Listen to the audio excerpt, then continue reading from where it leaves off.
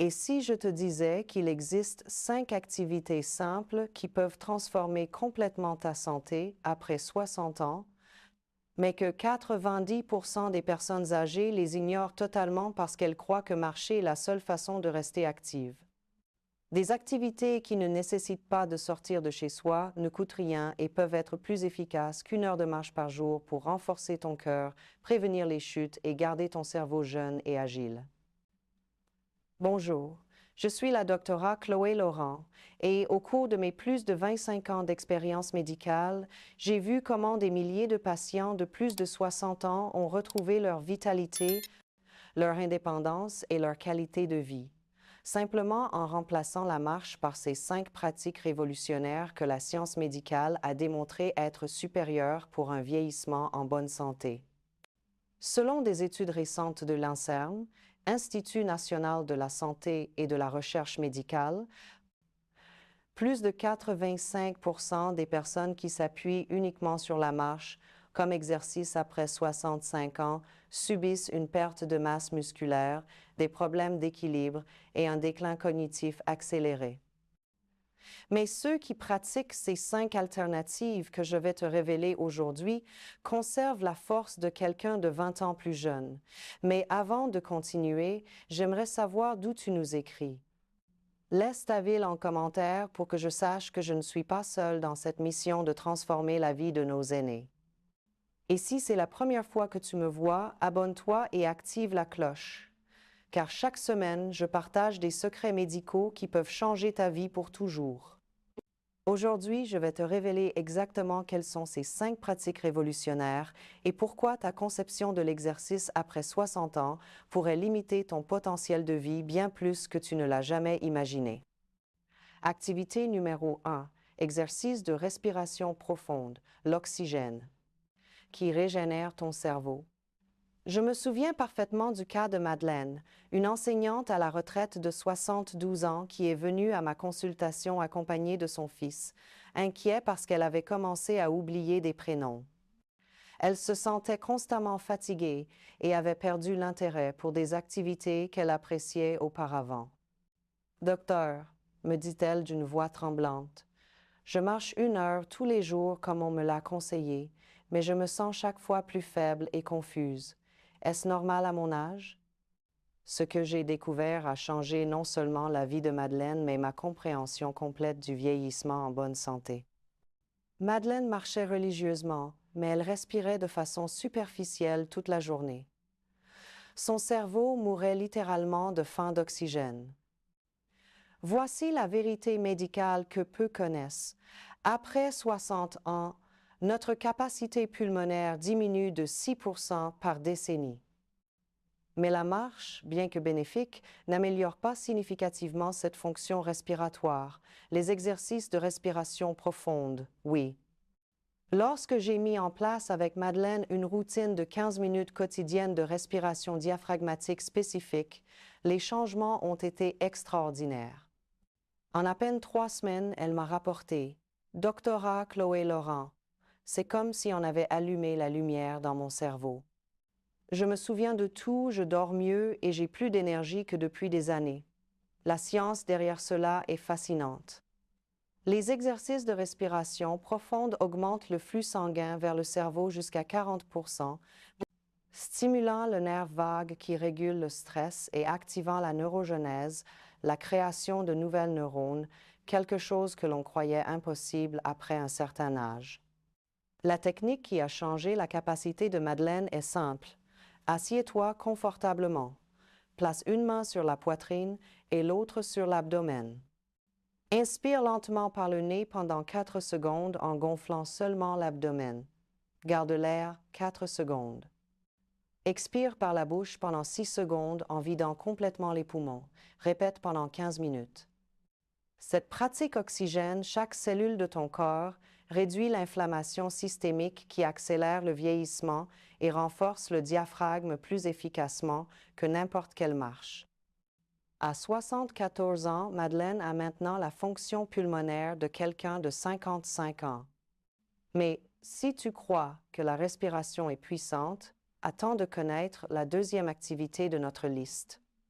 Cette pratique s'est avérée plus efficace que la marche pour prévenir les chutes et les fractures, deux des plus grandes craintes après 60 ans. Si tu suis attentivement jusqu'ici, écris-en en commentaire pour que je sache que tu es toujours avec moi dans cette révélation qui peut transformer ton vieillissement. Activité numéro 2. Exercice d'équilibre. La clé pour rester indépendant. L'histoire de Robert, un comptable de 67 ans, m'a profondément marqué. Il est arrivé aux urgences après une chute survenue en marchant dans le parc. Son exercice quotidien depuis 20 ans. La fracture de la hanche ne l'a pas seulement laissé alité pendant des mois. Elle a déclenché une spirale de dépression et de perte de confiance qui a presque failli lui coûter la vie. Doctora Chloé Laurent m'a-t-il confié pendant sa convalescence. Je marche depuis ma retraite. Je ne comprends pas comment j'ai pu tomber juste en trébuchant sur un petit caillou. Je me sens trahi par mon propre corps. La réponse était claire pour moi, mais surprenante pour Robert. Marcher renforce les jambes, mais n'améliore pas significativement l'équilibre dynamique, ni la proprioception, la capacité du corps à savoir où il se trouve dans l'espace. Voici le chiffre alarmant que tout senior doit connaître. Chaque année, une personne sur 4 de plus de 65 ans subit une chute. 95% de ces chutes surviennent lors d'activités quotidiennes simples, pas pendant des exercices intenses, et la marche seule ne prévient pas ces chutes. Les exercices d'équilibre, oui. J'ai mis en place avec Robert une routine spécifique. Se tenir sur un pied pendant 30 secondes, marcher en ligne droite en plaçant un pied directement devant l'autre, et des exercices yeux fermés qui défient le système vestibulaire. En 6 mois, Robert avait non seulement retrouvé confiance, mais son équilibre était supérieur à celui d'avant la chute. Docteur, m'a-t-il dit, ému, je peux maintenant marcher sur des terrains irréguliers sans peur. Je me sens plus stable qu'à 25 ans. La science est claire. Les exercices d'équilibre améliorent la communication entre le cerveau, les muscles et les organes de l'équilibre dans l'oreille interne. Ils renforcent les muscles stabilisateurs profonds que la marche ne peut pas activer. Ils réduisent le risque de chute jusqu'à « la routine qui a sauvé Robert ne prend que 10 minutes par jour ». Tiens-toi derrière une chaise solide. Lève un pied et maintiens l'équilibre pendant 30 secondes. Change de pied, puis marche 10 pas en plaçant le talon d'un pied directement devant les orteils de l'autre. Enfin, tiens-toi pieds joints et ferme les yeux pendant 30 secondes. Ces exercices activent plus de muscles et de connexions neurologiques en 10 minutes que marcher pendant 1 heure. Robert les pratique désormais religieusement et a inspiré toute sa famille à faire de même. Activité numéro 3, exercice de force avec résistance. Des muscles qui défient le temps. Permets-moi de te parler de Caroline. Une femme au foyer de 71 ans venue me voir frustrée parce qu'en dépit de marcher tous les jours depuis 5 ans, il lui était chaque fois plus difficile de monter des escaliers, de porter les sacs de course et de se lever du lit sans aide. Doctora Chloé Laurent, me dit-elle en larmes, on m'a dit que marcher maintiendrait ma force, mais chaque jour je me sens plus faible. Suis-je destinée à dépendre des autres pour tout? La réalité médicale que Caroline ignorait est dévastatrice. Après 30 ans, nous perdons entre 3% et 8% de masse musculaire par décennie. Après 60 ans, cette perte s'accélère drastiquement. La marche entretient l'endurance cardiovasculaire, mais ne construit ni ne préserve significativement la masse musculaire. Les exercices de résistance, si, et tu n'as pas besoin d'une salle de sport coûteuse. J'ai mis en place avec Caroline une routine utilisant des bandes élastiques de résistance et le poids de son propre corps. Le changement a été révolutionnaire. En 3 mois, Caroline avait récupéré une force perdue depuis des années. Docteur, m'a-t-elle rapporté, rayonnante. Hier, j'ai porté toutes mes courses d'un seul coup. Mon petit-fils de 20 ans m'a demandé mon secret, parce qu'il me voit plus forte que sa mère. Voici la science transformatrice. Les exercices de résistance stimulent la synthèse des protéines musculaires, augmentent la densité osseuse, améliorent la sensibilité à l'insuline et libèrent des facteurs de croissance qui maintiennent le cerveau jeune.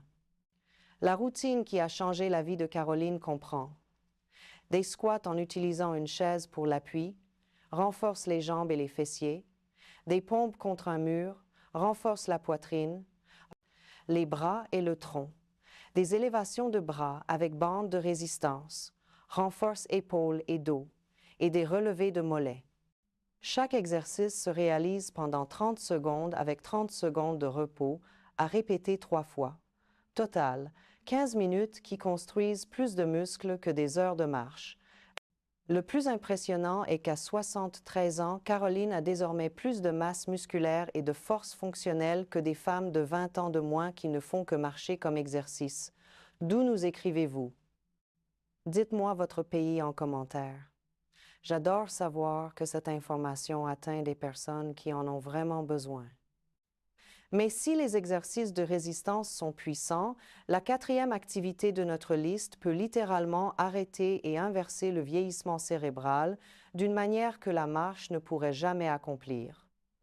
Si tu penses déjà à incorporer ces pratiques dans ta vie, écris 3 en commentaire pour que je sache que cette information résonne avec toi.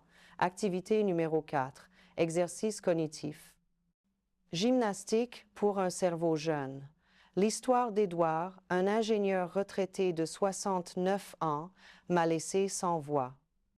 Il est venu à ma consultation accompagné de son épouse, dévasté parce qu'il avait commencé à se perdre dans son propre quartier pendant ses marches matinales. Il oubliait des noms de proches et avait des difficultés à résoudre des problèmes simples qu'il résolvait auparavant avec facilité. Doctora Chloé Laurent m'a-t-il confié d'une voix brisée. Je marche 2 heures par jour depuis ma retraite il y a 8 ans. Je pensais que cela garderait mon esprit vif, mais chaque jour je me sens plus confus. Est-ce la maladie d'Alzheimer? La réponse a complètement transformé ma compréhension du vieillissement cérébral. Édouard marchait religieusement, gardant son cœur en bonne santé, mais son cerveau s'atrophiait littéralement par manque de défis cognitifs. Voici la vérité scientifique révolutionnaire. Après 60 ans, nous perdons environ 2% de volume cérébral par décennie, mais cette perte n'est pas inévitable. Des exercices cognitifs spécifiques peuvent arrêter et même inverser cette atrophie. J'ai mis en place avec Édouard une routine de gymnastique cérébrale, sudokus de difficulté progressive, mémorisation de listes de mots, exercice de calcul mental et jeu d'association de mots. Mais l'élément clé fut la combinaison des exercices cognitifs pendant qu'il effectuait des mouvements physiques simples. En 4 mois, les améliorations ont été extraordinaires. Édouard avait non seulement retrouvé son orientation spatiale, mais sa mémoire et sa capacité de résolution de problèmes s'étaient nettement améliorées. « Docteur, m'a-t-il dit, ému, c'est comme si on avait dépoussiéré mon cerveau. Je peux résoudre des problèmes complexes et ma mémoire est meilleure qu'il y a des années. » La neuroscience derrière cela est fascinante. Les exercices cognitifs stimulent la neurogenèse, renforcent les connexions synaptiques et augmentent la réserve cognitive. Lorsqu'ils sont combinés à des mouvements physiques simples, l'effet est multiplié de façon exponentielle. La routine qui a sauvé l'esprit d'Édouard comprend 10 minutes de sudoku ou de mots croisés, 5 minutes à mémoriser et réciter des listes, villes, prénoms, numéros, 10 minutes de calcul mental en marchant sur place et 10 minutes de lecture à voix haute. Cette pratique de 35 minutes quotidiennes stimule plus de connexions neurologiques que des heures de marche. Édouard enseigne désormais les mathématiques à ses petits-enfants et a commencé à apprendre une nouvelle langue à 71 ans. Si tu as des questions spécifiques sur la mise en œuvre de ces exercices cognitifs, laisse-les en commentaire. Je répondrai personnellement, car cette information peut littéralement sauver ton indépendance mentale. Activité numéro 5. Pratique de mindfulness et de méditation. L'élixir de jeunesse intérieure. Laisse-moi te parler de Marie-Hélène, une grand-mère de 74 ans, qui est arrivée à ma consultation dans un état d'anxiété constante, d'insomnie chronique et d'un sentiment de désespoir qui avait commencé à envahir sa vie. Malgré des marches quotidiennes fidèles et une alimentation saine, elle se sentait submergée par des inquiétudes constantes à propos de sa santé, de sa famille et de son avenir. Doctora Chloé Laurent m'a-t-elle confié d'une voix tremblante. Je n'arrive pas à cesser de penser à tout ce qui pourrait mal tourner. Je ne dors que 3 heures par nuit et, dans la journée, j'ai l'impression de courir un marathon mental qui ne s'arrête jamais. Est-ce normal de se sentir ainsi à mon âge? La réponse a changé non seulement la vie de Marie-Hélène, mais ma compréhension complète du vieillissement émotionnel et mental. Marie-Hélène gardait son corps actif avec des marches, mais son esprit était prisonnier d'un cycle destructeur de stress chronique qui faisait littéralement vieillir ses cellules plus vite que la normale biologique. Voici la vérité scientifique qui a révolutionné ma pratique médicale. Le stress chronique accélère le raccourcissement des télomères, les extrémités protectrices de nos chromosomes, jusqu'à l'équivalent de 10 ans de vieillissement cellulaire supplémentaire. La marche réduit temporairement le stress, mais n'apprend pas à l'esprit à s'autoréguler. La méditation et le mindfulness, si. J'ai mis en place avec Marie-Hélène une pratique quotidienne de 20 minutes. 10 minutes de méditation sur la respiration consciente et 10 minutes de mindfulness corporel en parcourant chaque partie de son corps tout en observant ses pensées sans les juger. Les résultats ont été extraordinaires et rapides. En à peine 2 semaines, Marie-Hélène m'a rapporté « Doctora Chloé Laurent, c'est comme si j'avais trouvé un interrupteur de paix dans mon esprit.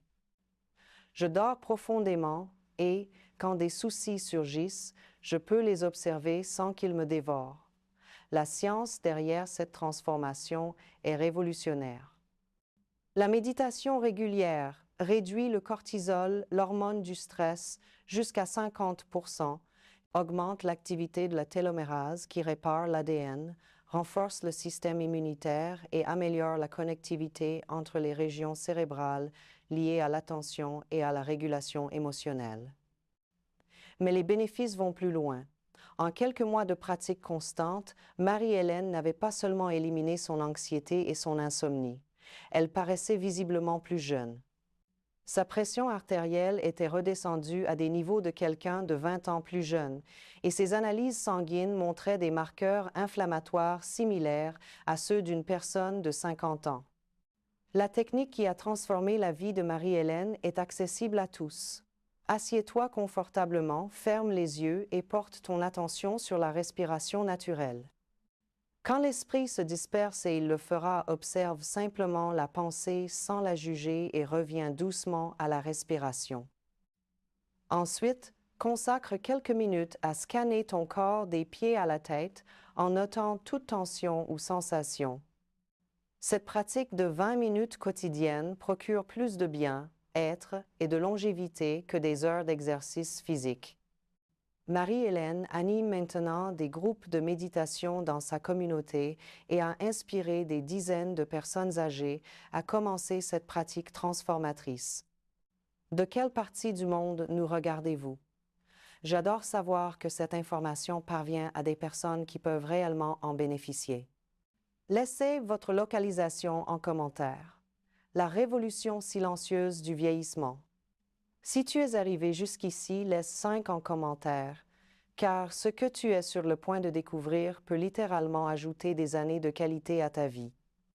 La vérité que l'industrie du fitness pour seniors ne veut pas que tu saches est la suivante. La marche, bien que bénéfique, n'est qu'une dimension du vieillissement en bonne santé.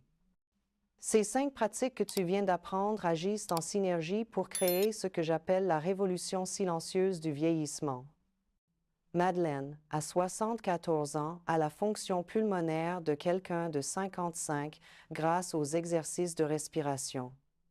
Robert, à 69 ans, se déplace avec l'agilité de quelqu'un de 40 grâce aux exercices d'équilibre. Caroline, à 73 ans, a plus de force musculaire que des femmes de 20 ans de moins grâce aux exercices de résistance. Édouard, à 71 ans, a l'acuité mentale pour apprendre de nouvelles langues grâce aux exercices cognitifs. Et Marie-Hélène, à 66 ans, rayonne la paix et la vitalité de quelqu'un des décennies plus jeunes grâce à la méditation. Mes recommandations médicales finales. Après plus de 25 ans à traiter des milliers de seniors, voici mes recommandations définitives. Première recommandation. Consacre 15 minutes quotidiennes aux exercices de respiration profonde, de préférence au réveil lorsque ton esprit est plus calme. Cette pratique à elle seule peut transformer ton niveau d'énergie en quelques semaines. Deuxième recommandation. Intègre 10 minutes d'exercice d'équilibre chaque jour. Fais-les après le petit déjeuner, quand tu as une stabilité naturelle accrue. Ces 10 minutes peuvent prévenir des chutes qui pourraient changer ta vie à jamais. Troisième recommandation. Pratique des exercices de résistance 15 minutes, 3 fois par semaine. Tu n'as pas besoin d'haltères coûteux. Ton propre poids corporel et des bandes élastiques suffisent pour maintenir et construire la masse musculaire. Quatrième recommandation, consacre 35 minutes quotidiennes aux exercices cognitifs. Combine-les avec des mouvements physiques simples pour maximiser les bénéfices neurologiques. Ton cerveau t'en remerciera pendant des décennies. Cinquième recommandation, pratique 20 minutes de mindfulness et de méditation chaque jour. Fais-le au crépuscule pour traiter ta journée et préparer ton esprit à un sommeil réparateur. Si tu as des doutes spécifiques sur la mise en œuvre de l'une de ces pratiques ou si tu veux partager tes expériences, laisse tes questions en commentaire. Je lis chacun personnellement et je réponds, parce que ton bien-être est ma véritable passion. L'engagement envers toi-même. Ton corps n'est pas une machine qui s'use inévitablement. C'est un système intelligent capable de se régénérer, se renforcer et rajeunir à tout âge lorsque tu lui donnes les bons outils. Chaque minute que tu consacres à ces 5 pratiques est un investissement dans ton indépendance future, ta capacité à profiter de tes petits-enfants, à voyager, à vivre avec dignité et vitalité. Il ne s'agit pas d'ajouter des années à ta vie, il s'agit d'ajouter de la vie à tes années. Chaque respiration consciente, chaque exercice d'équilibre, chaque mouvement de résistance, chaque défi cognitif et chaque moment de mindfulness est un acte d'amour envers ton toi futur. La décision est entre tes mains. Tu peux continuer à ne compter que sur la marche et accepter les limitations que la société impose au vieillissement, ou tu peux rejoindre la révolution silencieuse des seniors qui ont découvert que la soixantaine, la septantaine et la huitantaine peuvent être les années les plus vitales, fortes et épanouies de leur vie. Madeleine, Robert, Caroline, Édouard et Marie-Hélène ne sont pas des cas exceptionnels. Ce sont des exemples de ce qui est possible lorsque tu décides que tu mérites plus que simplement survivre au vieillissement, tu mérites de t'épanouir. Si cette vidéo t'a ouvert les yeux sur de nouvelles possibilités, aime-la et partage-la avec d'autres seniors qui méritent de connaître ces informations. Abonne-toi et active les notifications, car chaque semaine, je partage d'autres secrets médicaux qui peuvent transformer ta qualité de vie. Et souviens-toi, ton âge chronologique n'est qu'un nombre. Ton âge biologique est déterminé par les décisions que tu prends chaque jour. Ces 5 pratiques peuvent littéralement faire fonctionner ton corps et ton esprit des décennies plus jeunes que ne l'indique ton acte de naissance. On se retrouve dans la prochaine vidéo où nous continuerons d'explorer les secrets d'un vieillissement extraordinaire. D'ici là, commence dès aujourd'hui avec l'une de ces 5 pratiques.